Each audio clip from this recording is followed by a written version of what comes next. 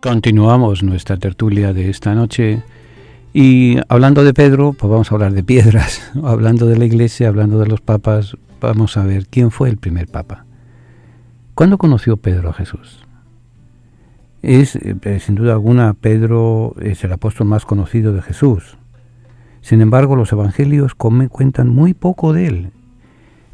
Y lo poco que cuentan muchas veces tiene sus contradicciones. Por ejemplo, según nos cuenta Juan, sabemos que había nacido en Bethsaida, Julia. Bethsaida es un pueblito ubicado unos 3 kilómetros al norte del lago de Galilea. Siendo ya adulto, se trasladó con su familia a Cafarnaún, nos lo dice Marcos, para dedicarse a la pesca con su hermano Andrés. Estaba casado y su suegra vivía en la casa junto con la familia entera. El lazo familiar que lo unía a su mujer era tan fuerte que aunque abandonó momentáneamente su hogar para seguir a Jesús, cuando se convirtió en misionero, después de Pentecostés, lo hizo acompañado por su esposa. Así nos lo narra Pablo en la primera carta a los Corintios, capítulo 9, verso 5. Parece que haber tenido cierto interés por las cuestiones religiosas, porque su hermano Andrés solía frecuentar los grupos de reflexión presididos por Juan el Bautista. Cuando queremos saber el nombre de su padre, comienzan ya las discrepancias. Según Mateo, se llamaba Jonás.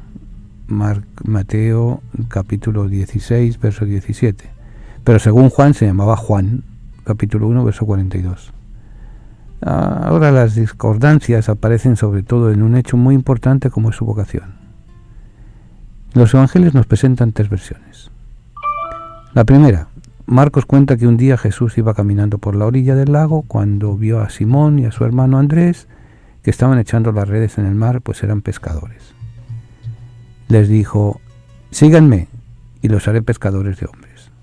Ellos de inmediato dejaron todas sus redes y se fueron con él. Capítulo 1 del Evangelio de Marcos, versos 16 al 18. Pero así como está, la narración como que chirría, como que está un poco insólita. Porque es la primera vez que Pedro ve a Jesús. No sabe quién es, no lo ha escuchado predicar, ni lo ha visto hacer ningún milagro, ni sabe para qué lo llaman. ¿Cómo va a ir detrás de él?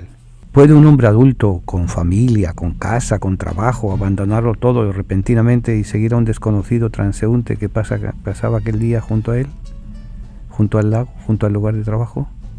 Y sin preguntar quién es él ni qué intenciones tiene, como que es un tanto difícil de entender. Pero a Marcos no le interesaban esos planteamientos, ni la incoherencia del relato. El propósito de Marcos era otro. El propósito de Marcos al contar de esa manera la vocación de Pedro era mostrar una cosa muy importante: la prontitud que hay que tener ante el llamado de Jesús y la disponibilidad de dejarlo todo cuando está frente a él. Quiso enseñar que el apóstol sigue al Señor no por sus hermosas teorías ni por sus bellas ideas teológicas, sino sigue al Señor por él mismo, como el que ama sin razón alguna. De aquí podríamos extraer una conclusión: el mismo Jesús debe ser el centro de nuestra atención, más allá de lo que pida, exija o disponga de nosotros. Cuando Mateo compuso su evangelio, pues nos puso la misma narración de Marcos. Para Lucas, al escribir el suyo, no quiso incluir esta narración. ¿Cómo iban a creer los lectores que fue así la vocación de Pedro? Y para que el relato tuviera realismo, hizo en su evangelio 2 cambios. El primero, no puso el llamado al principio, sino más adelante. Y el segundo, ubicó en un contexto más adecuado la invitación de Jesús. ¿Cómo es la cosa? Pues miren, así Lucas dice que Jesús, antes de llamar a Pedro, hacía tiempo que predicaba y que ya era una figura conocida en la Galilea. Nos lo dice el capítulo 4, versículo 14 del Evangelio de Lucas. Que Pedro había tenido la oportunidad de escucharlo y que de presenciar muchos de sus milagros en Cafarnaún. Recordemos que Cafarnaún era la ciudad más importante de las muchas ciudades que había en torno al lago de Galilea. Flavio Josefo creo que son 34 las ciudades para ciudades, 4 casitas mal contadas, pero para Flavio había que presumir pueblo pequeño, campana grande. había que decir muchas ciudades, grandes ciudades, pero Cafarnaúm era muy especial. Era muy especial por una cosa que ya se lo he dicho en otras ocasiones.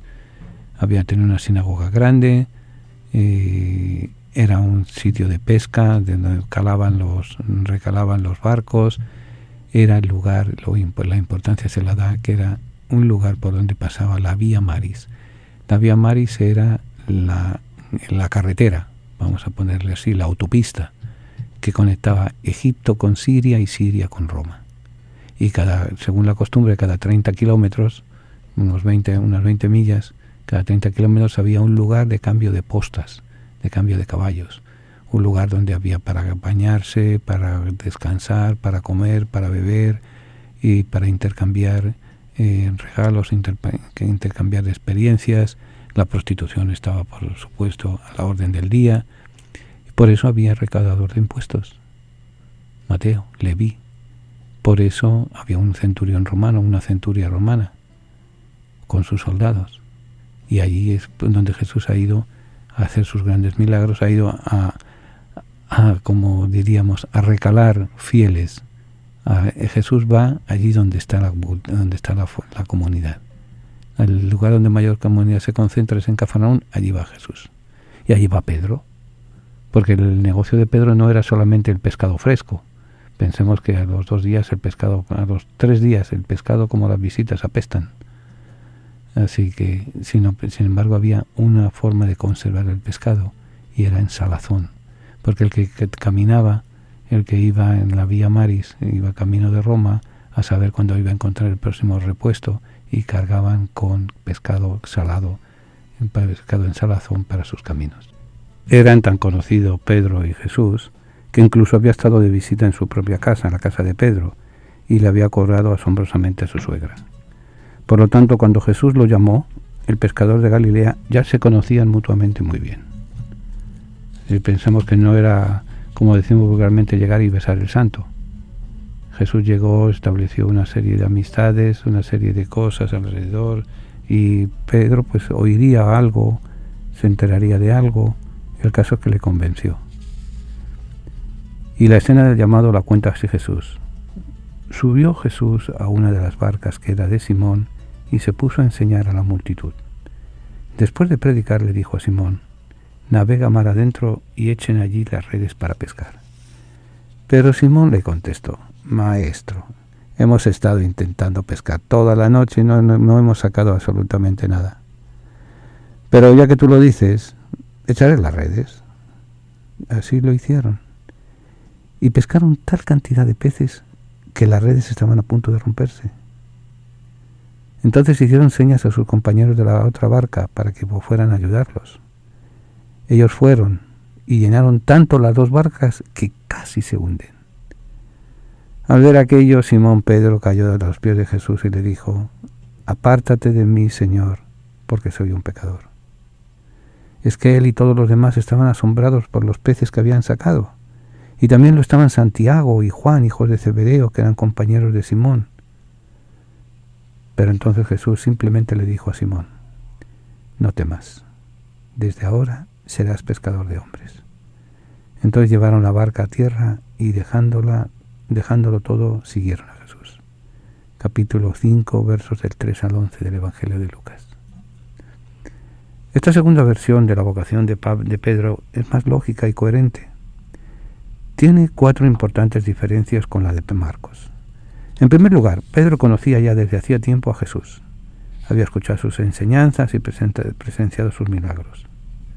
En segundo lugar, el día del llamado, Jesús no era un mero transeúnte que pasaba junto al lago de Galilea, como nos hace a entender Marcos, sino que estaba enseñando a la gente como maestro prestigioso y subido precisamente en la barca de Pedro. En tercer lugar, Jesús lo conquistó impresionándolo con una pesca milagrosa. Es decir, Jesús lo impresionó en el mismo campo en el cual Pedro era el experto. Pues si hemos echado las redes, pero de día no se echan las redes, se echan de noche, pero si tú no sabes de esto, pero mira, seguramente que Pedro estaban remendando las redes y a ver si estaban fuertes, no estaban fuertes, a ver cómo estaba la barca, como si le chirriaba algo, si había que echarle un poco de aceite a las clavijas, etcétera. El Pedro sabía de pesca.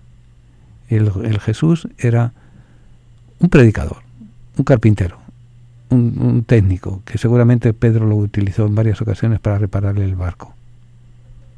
Pero le dieron sopa con ondas, como decimos vulgarmente, cuando se dio cuenta de que Jesús también sabía de pesca. Y finalmente Lucas no los llamó para un futuro vago e impreciso, como en Marcos. Marcos dice, los haré pescadores de hombres, sino que lo asoció inmediatamente a su actividad misionera. Desde ahora serás pescador de hombres. Fíjense la diferencia. Les haré. No, en Marcos, en Lucas, no, desde ahora. Eso nos da una luz porque Pedro lo deja todo en aquel momento y sigue detrás de Jesús. Con estos 4 cambios, Lucas logró crear un marco psicológico más adecuado para la vocación de Simón Pedro. Pero de paso dejó una nueva enseñanza, que a veces uno cree que lo sabe todo, que es experto en los temas de su propia vida, como Pedro sabía de pesca, pero sin embargo Jesús tiene mucho que enseñarnos. Por lo que conviene hacernos discípulos suyos, y aun cuando nos sintamos pecadores, como Pedro, que avergonzado le dijo, aléjate de mí, Señor, que soy un pecador. Jesús no vino a alejar a nadie de Dios, ni de la iglesia, ni de la comunidad, sino a aceptar a todos como son, no como quisiéramos que fueran. Hola, padre, ¿qué hace por aquí? Pues buscando maletas. ¿Maletas para qué? ¿Para qué se usa una maleta, Javier? Cuéntame. Pues normalmente para viajar. Pues para eso mismo, para viajar. ¿Viajar a dónde, si se puede saber? Pues muy sencillo, a Medio Oriente. ¿Dónde dijo? A Medio Oriente. Esto es, a Tierra Santa, a Israel, a Jordania. ¿Y cuándo son esos viajes aventureros, padre? Pues ese viaje aventurero, el próximo lo voy a tener del junio 30 a julio 12 del año 2019. Suena interesante. ¿Y qué tiene que hacer quien quiera ir a este viaje, padre? Pues muy sencillo, llamar al 212-244-4778 o si quiere escribir a Descubriendo el Siglo XXI, P.O. Box 1170, New York, 118. Ya lo saben, amigos, si desean vivir momentos especiales en su vida, únanse al Padre Tomás del Valle, el cual está preparando este viaje peregrinación a Tierra Santa. Caminante, no hay camino, se hace camino al andar. Caminante, no hay camino, se hace camino al andar. Golpe a golpe, verso a verso. La palabra tertulia significa encuentro de amigos que conversan sobre las cosas de la vida, alegrías, penas, esperanzas, tristezas, de todo aquello que nos hace más humanos, porque nada humano le es ajeno al creyente. La tertulia del siglo XXI es eso, un encuentro que llevamos a cabo desde la ciudad de Nueva York, la capital del mundo. Queremos que cada persona que nos escuche se siente en familia, en grupo, en amistad. Conéctate con nosotros. Para mayor información, favor de comunicarse con las oficinas de Descubriendo el Siglo XXI. Apartado de correos 1170 Nueva York 118 o a nuestro teléfono 212-244-4778. Estamos para servirles y para ayudarles. Y desde la tertulia vamos a seguir compartiendo alegrías y esperanzas, penas y tristezas, porque nada humano nos es ajeno.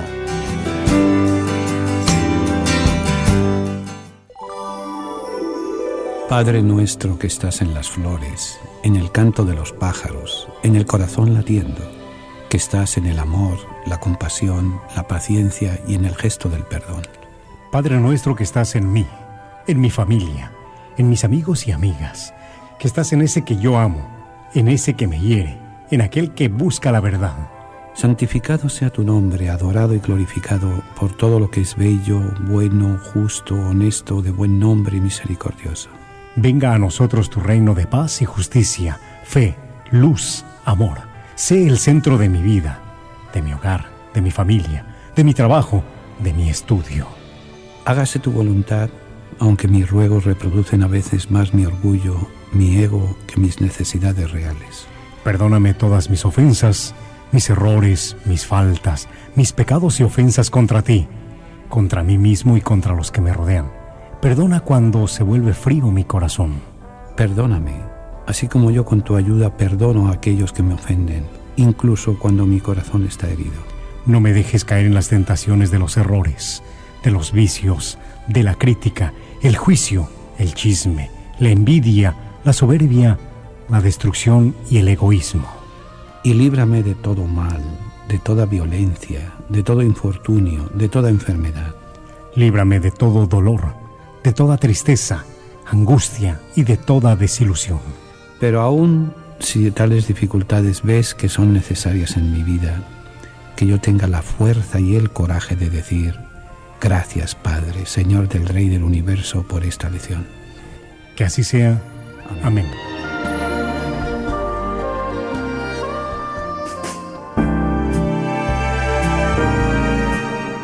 Continuamos nuestra tertulia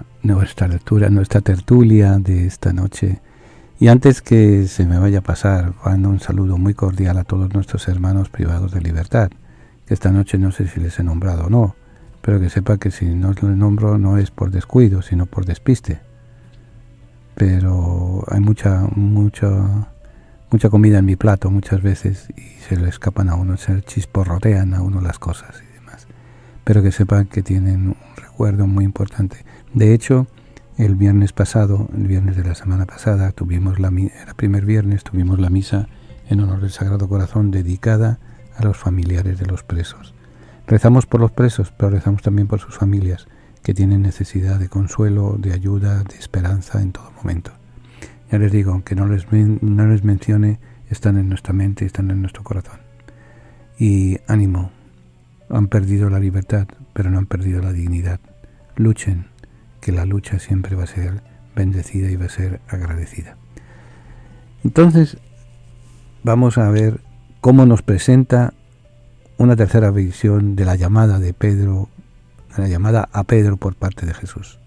Y este es el caso de Juan. Juan no llama a Pedro. Juan nos cuenta que Jesús no llama a Pedro en torno al lago, sino como los demás evangelistas, sino que lo hace en Betania. Betania es una aldea, hoy en día es un barrio de Jerusalén, al sur del país, a orilla del río Jordán. Y miren, no fue Jesús quien salió al encuentro de los hermanos pescadores, sino que Andrés, hermano de Pedro y discípulo de Juan, vio un día a Jesús cuando se hacía bautizar. Y entonces, con otro discípulo que curiosamente no sabemos el nombre, fue a pedirle que les permitiera seguirlo. Jesús accedió y se quedaron todo ese día acompañándolo y escuchando su palabra. Eso lo podemos encontrar en el capítulo 1, versos 35 a 39 del Evangelio de Juan. Al día siguiente fue la vocación de Pedro. ¿Y cómo fue esa vocación? Les leo el fragmento evangélico. Andrés, el hermano de Simón Pedro, era uno de los dos que habían seguido a Jesús.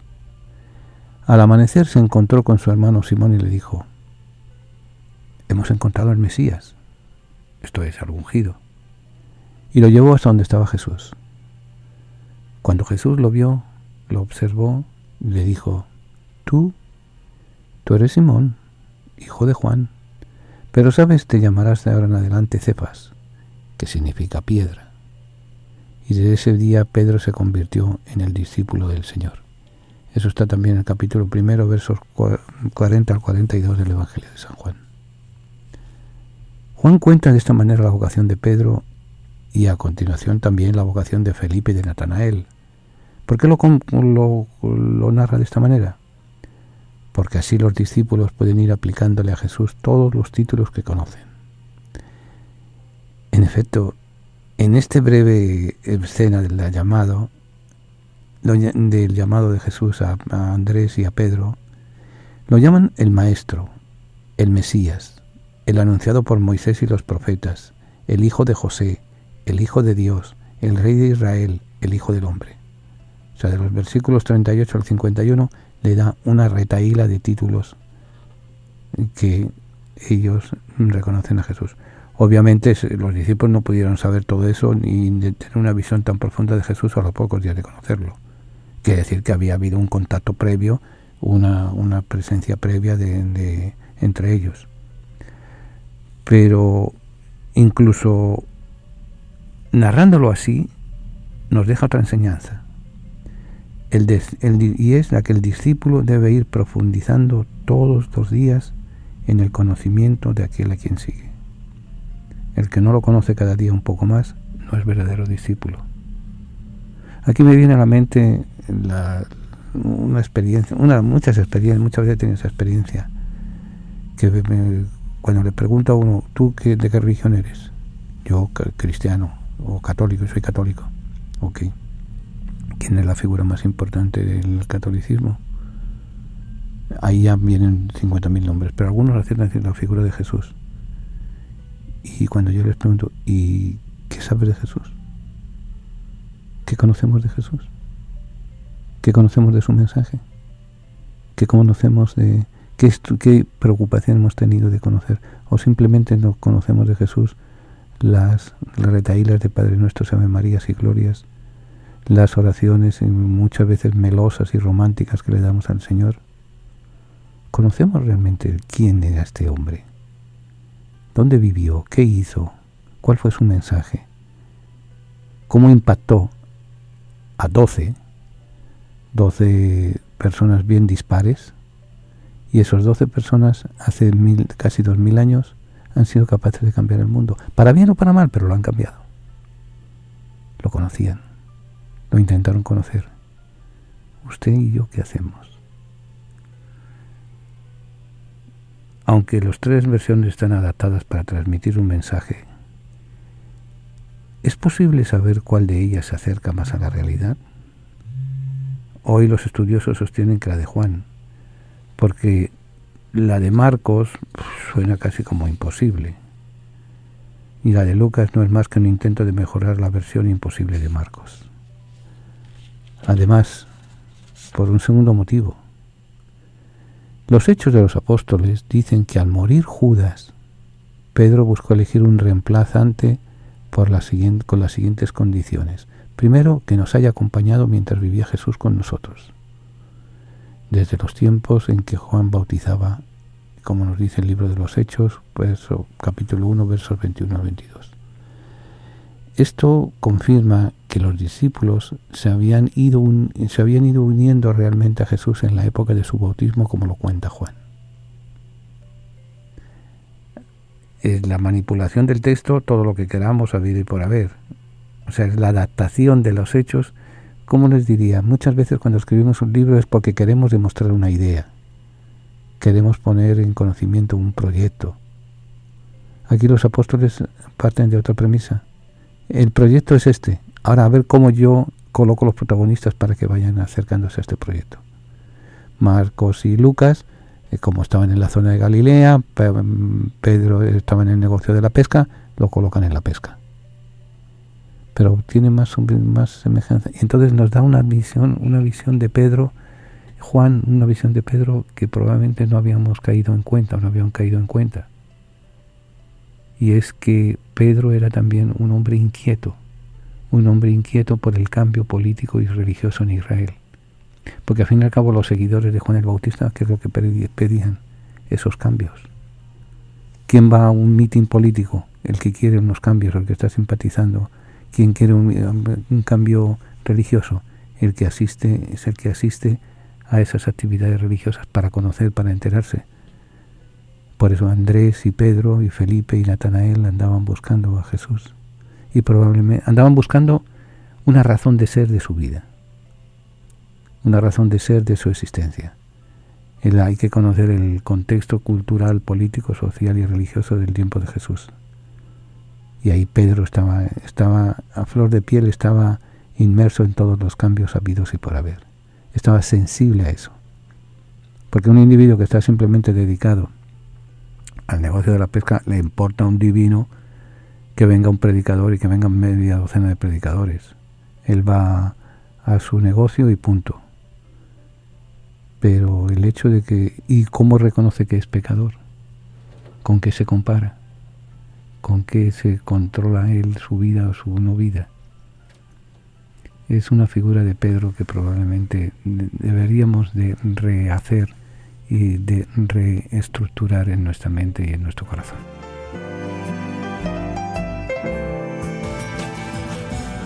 Hola, padre, ¿qué hace por aquí? Pues buscando maletas. ¿Maletas para qué? ¿Para qué se usa una maleta, Javier? Cuéntame. Pues normalmente para viajar. Pues para eso mismo, para viajar. ¿Viajar a dónde, si se puede saber? Pues muy sencillo, a Medio Oriente. ¿Dónde dijo? A Medio Oriente. Esto es, a Tierra Santa, a Israel, a Jordania. ¿Y cuándo son esos viajes aventureros, padre? Pues ese viaje aventurero, el próximo lo voy a tener del junio 30 a julio 12 del año 2019. Suena interesante. ¿Y qué tiene que hacer quien quiera ir a este viaje, padre? Pues muy sencillo, llamar al 212-244-4778 o si quiere escribir a Descubriendo el Siglo XXI, P.O. Box 1170, New York, 118. Ya lo saben, amigos, si desean vivir momentos especiales en su vida, únanse al Padre Tomás del Valle, el cual está preparando este viaje peregrinación a Tierra Santa. Caminante, no hay camino, se hace camino al andar. Continuamos nuestra tertulia. Y la vida de Pedro es interesante porque tiene una serie de enigmas y una serie de lados desconocidos que muchas veces es por la ignorancia de no haber leído el texto como se debe de leer y haber hecho comparaciones de un texto con otro. Pensamos, si al común de los mortales, a cualquiera de nosotros, nos paran en la calle, nos hacen una encuesta y nos ponen ¿quién era Pedro? Primero nos enteramos a ver de qué está hablando, de qué es la encuesta. Segundo, ¿qué era lo que hacía? Sabemos que era pescador, que tenía una suegra, que le dijo a Jesús que muy machote él tiró de la espada cuando lo van a prender a Jesús, pero que no tiene reparo en negarlo, etcétera. 4 o 5 anécdotas cogidas con pinzas. Ahora hay otros enigmas en la vida de Pedro, y uno de ellos es el cambio de nombre. Sabemos que se llamaba Simón y que Jesús le puso Pedro, o si queremos en arameo, Cefas. Pero, ¿cuándo sucedió esto? También los evangelios tienen 3 versiones. San Juan fue en el primer encuentro que tuvieron cuando Andrés lo llevó ante Jesús. Su hermano se lo presenta a su hermano, que tiene un nombre griego, Andrés, Andros, varón masculino. Eso denota que la influencia griega en la zona en la cual ellos están viviendo, que todavía permanece a pesar de que habían pasado casi 100 años desde la expulsión de los griegos, de los antíocos de la zona. Entonces Andrés lo lleva ante Jesús, capítulo 1, verso 42, porque en ese momento Simón comenzaba una nueva etapa en su vida y por tanto necesitaba un nombre nuevo. Esa es la tradición judía. Ejemplos, 2 ejemplos. Abraham se convierte en Abraham. Jacob se convierte en Israel. Pedro, Cefas, Simón se va a convertir en Pedro, en piedra. Empieza una vida nueva. Eso según Juan. En cambio, para Marcos fue más adelante, al ser elegido miembro de los 12. Nos dice, eligió a 12 para que estuvieran con él y fuera a enviarlos a predicar y expulsar demonios, instituyó a los 12 y puso a Simón el nombre de Pedro. Porque para Marcos, Simón adquiere un nuevo rol como integrante de los 12. O sea, como que dice Jesús, va recogiendo, va haciendo cosecha y va recogiendo, uniendo a su grupo, pues eran de 60 a 80 personas los que andaban siempre detrás de él. Hace una segunda selección, escoge a 12, y de esa segunda selección hace otra que los va mandando a predicar de un sitio para otro. Finalmente Mateo es el que cuenta la versión más conocida. En cierta oportunidad Jesús preguntó a los apóstoles qué opinaban de él. Es como si hiciera una especie de encuesta. Y Simón contestó que él sencillamente era el Mesías. Entonces Jesús le felicita por su respuesta. Pero añade una cosa, añade una coletilla. Yo te digo que tú eres Pedro y sobre esta piedra edificaré mi iglesia. Así, según Mateo, el nuevo rol de Pedro comienza cuando Jesús le elige como fundamento y pilar de su nueva iglesia. una nueva función, un nuevo cambio de nombre, pero fíjense que cuando dice sobre esta piedra hay muchas versiones. O sea, el hecho está escrito por Mateo, si no hay discusión ninguna. Pero ¿qué significado tiene esa piedra? Está significado sobre esta piedra, la humanidad de Pedro. Sobre la humanidad de Pedro es que el Señor va a construir su iglesia. El Señor no ha hecho una iglesia de ángeles, no ha hecho una iglesia de santos. Ha hecho una iglesia, ha fundado una comunidad de seres humanos, con luces y con sombras, con pecados y pocas vergüenzas. Eso es lo que formamos parte de la iglesia.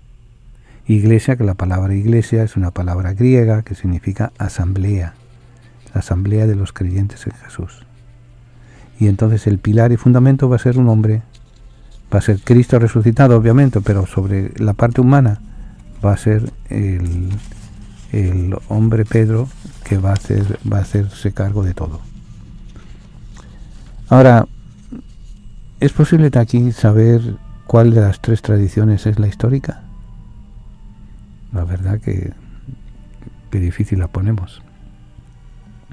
Incluso algunos descalifican las tres versiones y piensan que no fue Jesús quien le puso a Simón el nombre de Pedro. Sí, sino los primeros cristianos. Cuando después de la resurrección del Señor, Pedro se convirtió en el principal dirigente de las comunidades y por tanto en la piedra sobre la cual ellos se iban a apoyar. Es interesante, ¿verdad? Recordemos que los textos de Mateo y de Marcos, y no digamos el de Lucas y el de Juan, se escriben en la segunda generación de cristianos. Entonces hay tiempo suficiente para manipular y hay tiempo suficiente para poner en boca de Jesús palabras que no dijo. Una probabilidad.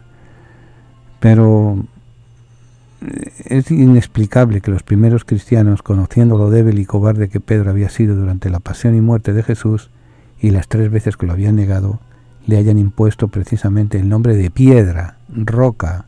Solo se entiende que lo llamaran así si este nombre provenía del mismo Jesús. O sea, es de repente una comunidad que está pasando las difíciles y que el líder se les ha echado para atrás un montón de veces, lo ha traicionado a Jesús, lo ha traicionado al uno, ha querido hacerse el matón sacando la espada, pero no ha tenido reparo en negarlo. A veces ponerle piedra, como que no, como es la decepción. Aquel en el que confió el maestro es el que más lo ha abandonado. Porque les repito, el pecado de Judas es comprensible y es lógico y es perdonado. Sí, no es que yo estoy seguro que el día en que estemos del otro lado y nos encontremos con Judas, una de las grandes sorpresas que vamos a encontrar va a ser encontrarlo en el paraíso. Porque primero él estaba cumpliendo una misión y segundo se dio cuenta que se había equivocado y para él no tenía sentido continuar viviendo. Mientras Pedro no, Pedro el machote, el valiente, pero le niega 3 veces. Eso le dolió a Jesús tremendamente y de eso nunca Pedro se recuperó. Pero eso lo conocía la comunidad. ¿Y cómo le iban a dar ese título si no venía ya de antes? Además, los 4 evangelios afirman, aunque con versiones diferentes, que fue Jesús quien personalmente le puso el nombre de Pedro. Y si se lo hubieran puesto los primeros cristianos, resultaría difícil explicar la unanimidad de la tradición.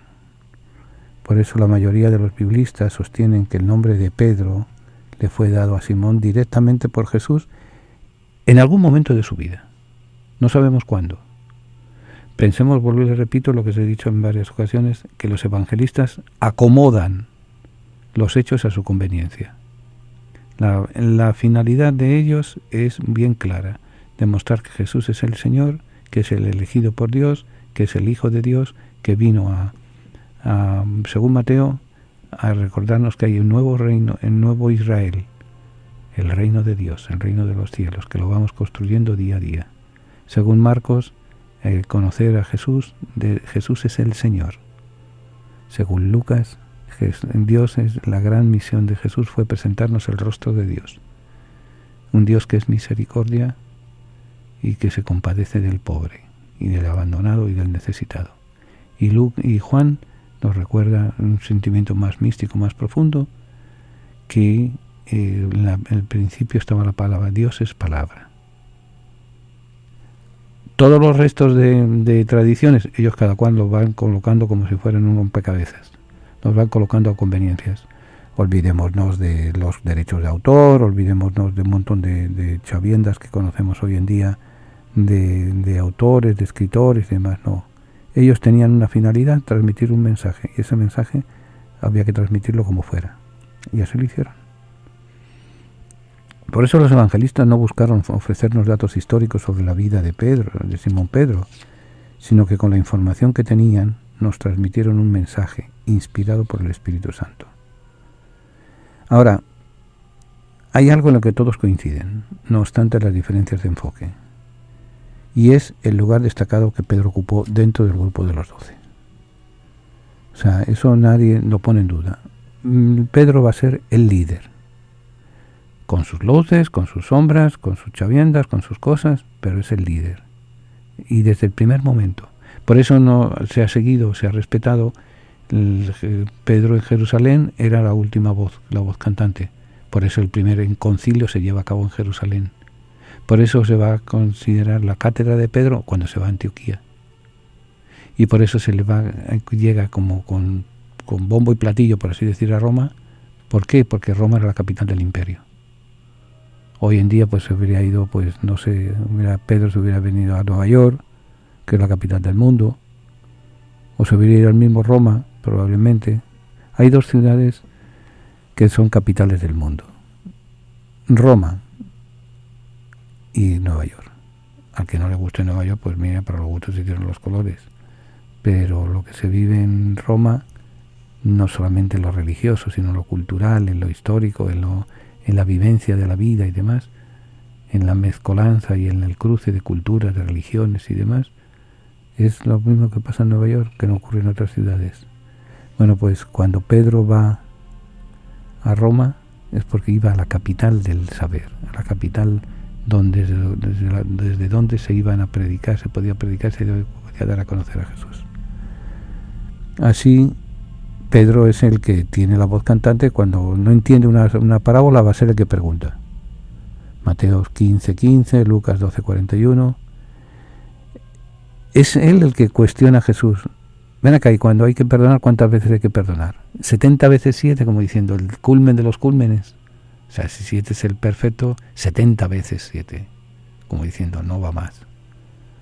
Es el que averigua sobre la recompensa que dará Jesús por haberlo seguido.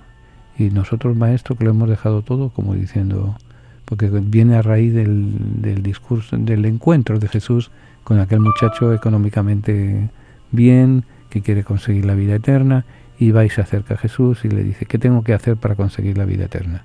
O sea, ¿qué cosas? ¿Cómo compro la vida eterna? Tengo dinero, he observado los mandamientos. Se dice Jesús, observa los mandamientos, ya los he hecho, eso ya es un pan comido para mí. Y entonces es cuando le dice, me deja las riquezas y vente y dáselo a los pobres. Entonces ahí ya las palabras son, la sonrisa se le congeló a aquel muchacho.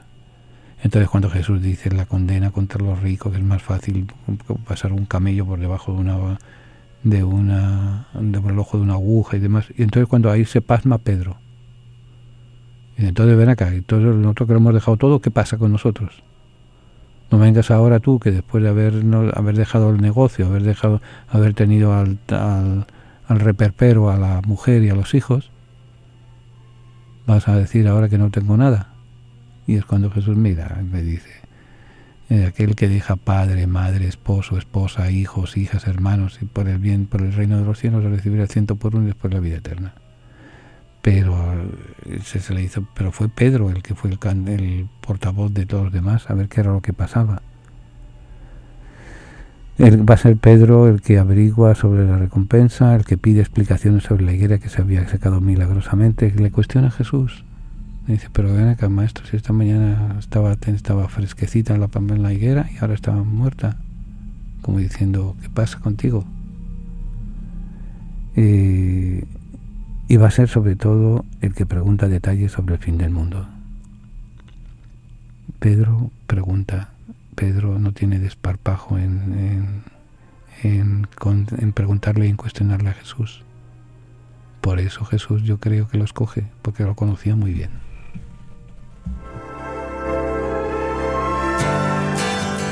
La palabra tertulia significa encuentro de amigos que conversan sobre las cosas de la vida, alegrías, penas, esperanzas, tristezas, de todo aquello que nos hace más humanos, porque nada humano le es ajeno al creyente. La tertulia del siglo XXI es eso, un encuentro que llevamos a cabo desde la ciudad de Nueva York, la capital del mundo. Queremos que cada persona que nos escuche se siente en familia, en grupo, en amistad. Conéctate con nosotros. Para mayor información, favor de comunicarse con las oficinas de Descubriendo el Siglo XXI.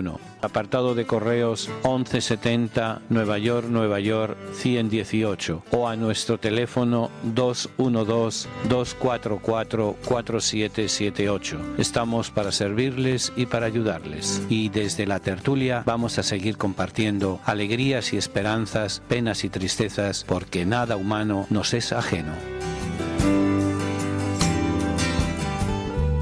Tiene ya su Biblia, la colección de libros que han marcado la historia de la humanidad en los últimos 25 siglos.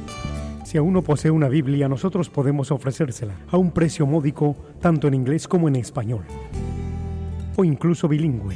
Para precios y ediciones, favor de llamar a Descubriendo el Siglo XXI, 212-244-4778, 212-244-4778, o visite nuestra página de internet www.descubriendoelsiglo21.com, sección de tienda.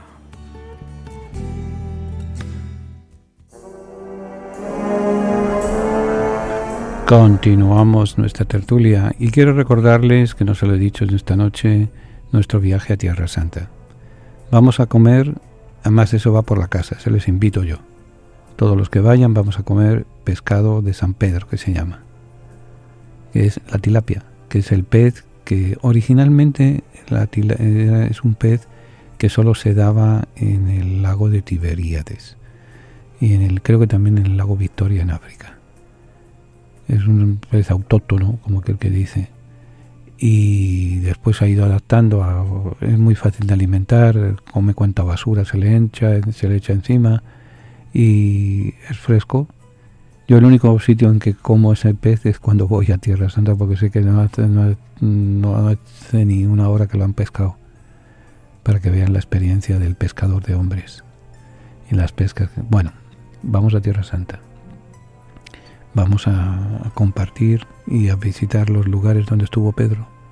Banias, creo que es una de las zonas que vamos a estar, Tiberíades, Cafarnaún. Así que anímense, llamen a nuestro teléfono al 212-244-4778. Repito, 212-244-4778. O escriban al P.O. Box 1170, New York, New York 118. Repito, Descubriendo el Siglo XXI, P.O. Box 1170, New York, New York 118. Continuamos con Pedrito, con Pedro, con Cefas, con Simón, lo mismo. La última vez que el Nuevo Testamento habla de Pedro es en un momento muy interesante, es el momento del Concilio de Jerusalén, en el cual el príncipe de los apóstoles propuso liberar a los cristianos de la práctica de la ley judía. Bueno, propuso él. Se vio circunscrito a las circunstancias. No le quedó más remedio que aceptar una realidad que le venía diciendo Pablo, que le venían diciendo Bernabé, que le venían diciendo los que estaban en contacto con los cristianos fuera de Jerusalén, fuera del área de la Galilea. Hay que abrirnos a los demás. Pedro, si por Pedro hubiera sido, el cristianismo se hubiera convertido pues en una secta del judaísmo más. El que le da configuración y el que conoce profundamente las implicaciones de aceptar el cristianismo es precisamente Pablo. ¿Por qué? Pues por muchas razones, pero una muy sencilla. Pablo era un hombre más cosmopolita. Era judío, pero de la diáspora. Es como los hijos de ustedes, migrantes que están en Estados Unidos. Sus hijos son norteamericanos. Son también peruanos, ecuatorianos, salvadoreños, dominicanos. ¿Por qué? Porque sus padres son de esos países. Pero ellos juegan con las dos ligas, por así decir. Y eso es lo que pasaba a Pablo, hombre más abierto, hombre más consciente del alcance del mensaje de Jesús, y a Pedro no le queda más remedio que aceptar la convocatoria del Concilio de Jerusalén. Concilio en el cual se discuten una serie de cosas, pero que nos deja las pautas, y ahí el buen gobernar de Pedro nos deja las pautas de lo que se debe hacer o que se debería haber hecho en la Iglesia. Cuando hay un problema, reunir a las fuerzas vivas de la Iglesia, orar juntos y dialogar. Esas tres cosas, y eso mismo sirve para la Iglesia, sirve para la parroquia, sirve para el grupo de oración, sirve para los grupos religiosos, sirve para el trabajo, sirve para la familia, sirve cuando hay un problema. Miren, en torno a esto, recuerdo una anécdota de Juan XXIII. Juan XXIII tenía un secretario que murió hace poquito, con 102, 103 años, Monseñor Bevilacqua, que él decía, que convocó el concilio, que cogió de sorpresa en enero de 1958, cogió de sorpresa a todo el mundo. Entonces, una noche, cenando con su secretario y con las personas que estaban con él, el secretario se atrevió a preguntarle que por qué había convocado. Y él dijo, mira, yo procedo de una familia pobre, pero una familia numerosa. Cuando hay un problema, nos reunimos juntos en torno a la mesa y no nos levantamos hasta que después de dialogar hemos llegado a una conclusión.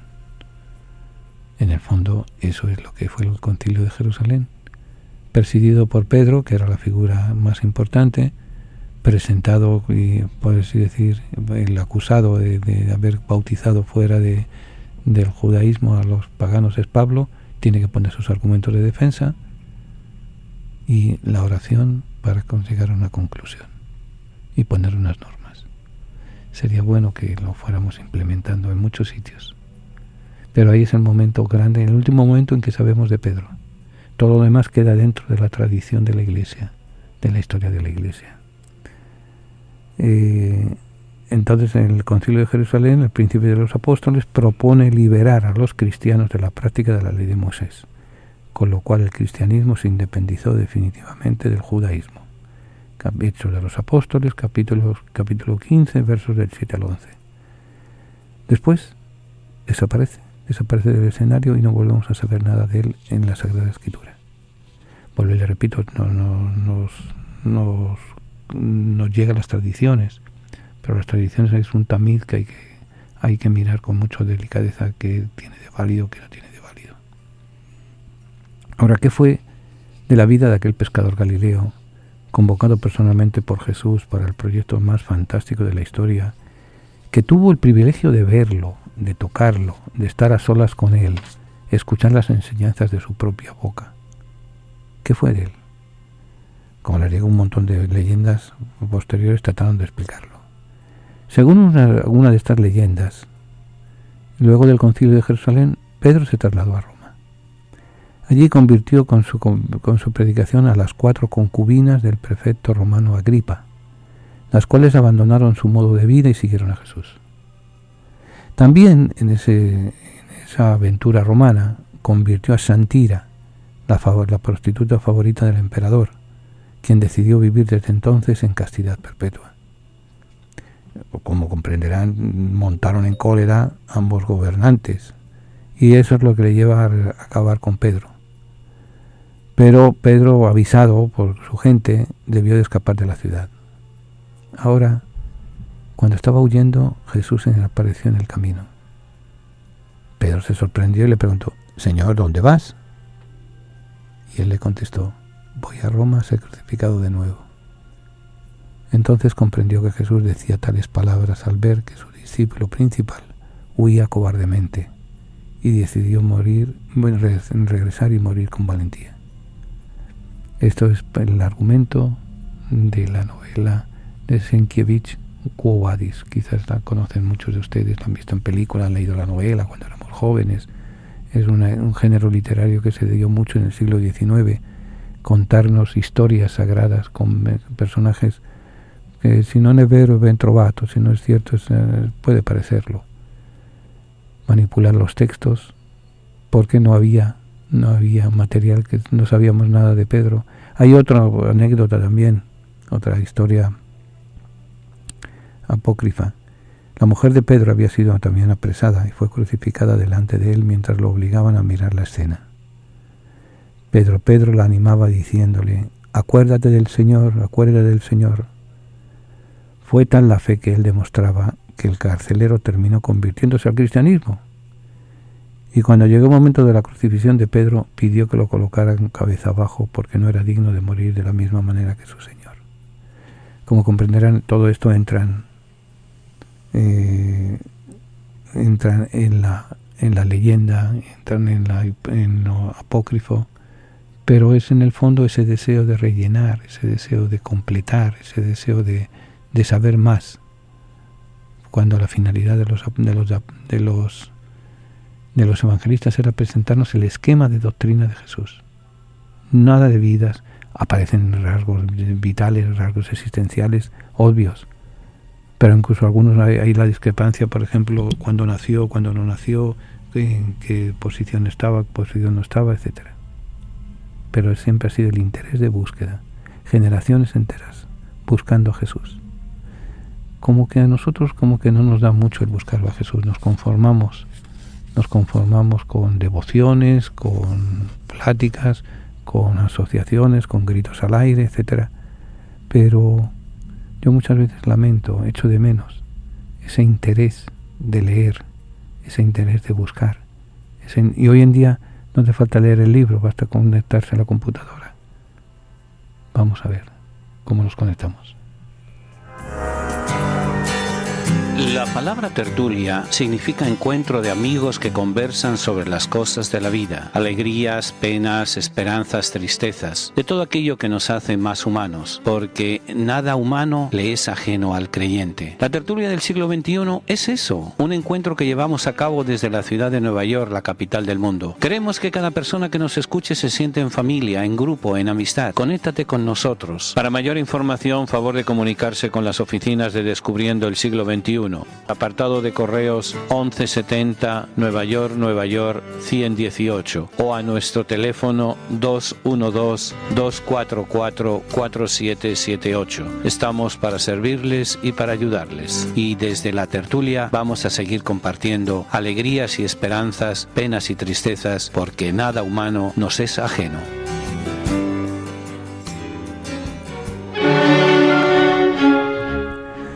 Finalmente ignoramos cuándo y cómo conoció Pedro a Jesús, como ignoramos un montón de detalles de su vida.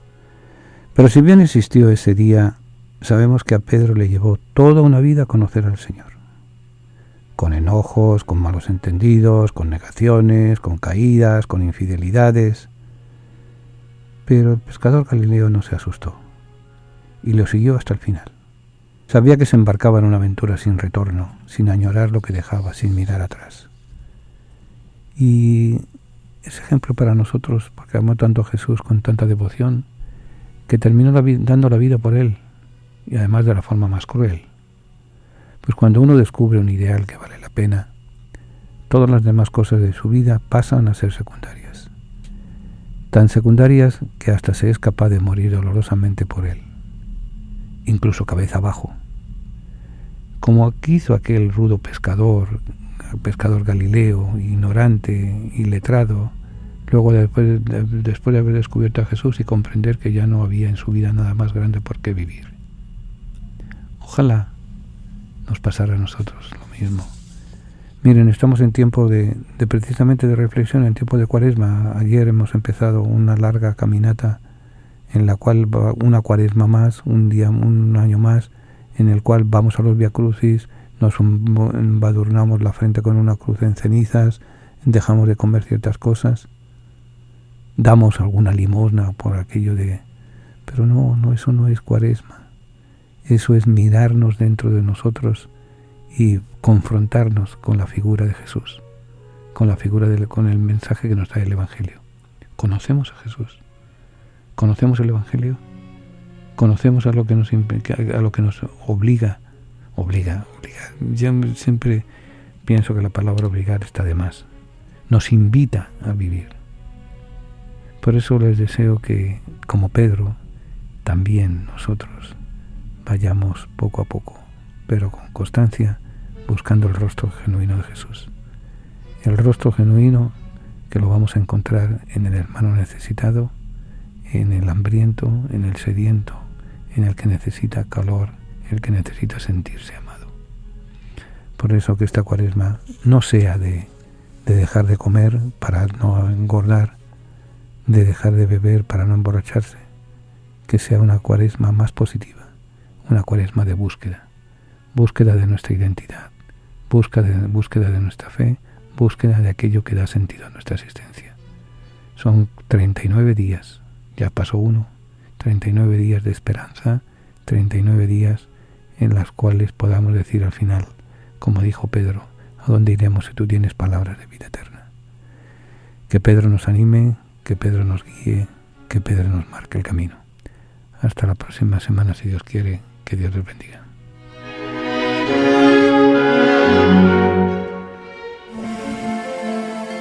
Señor, nuestros hermanos a los que tú amas están encarcelados.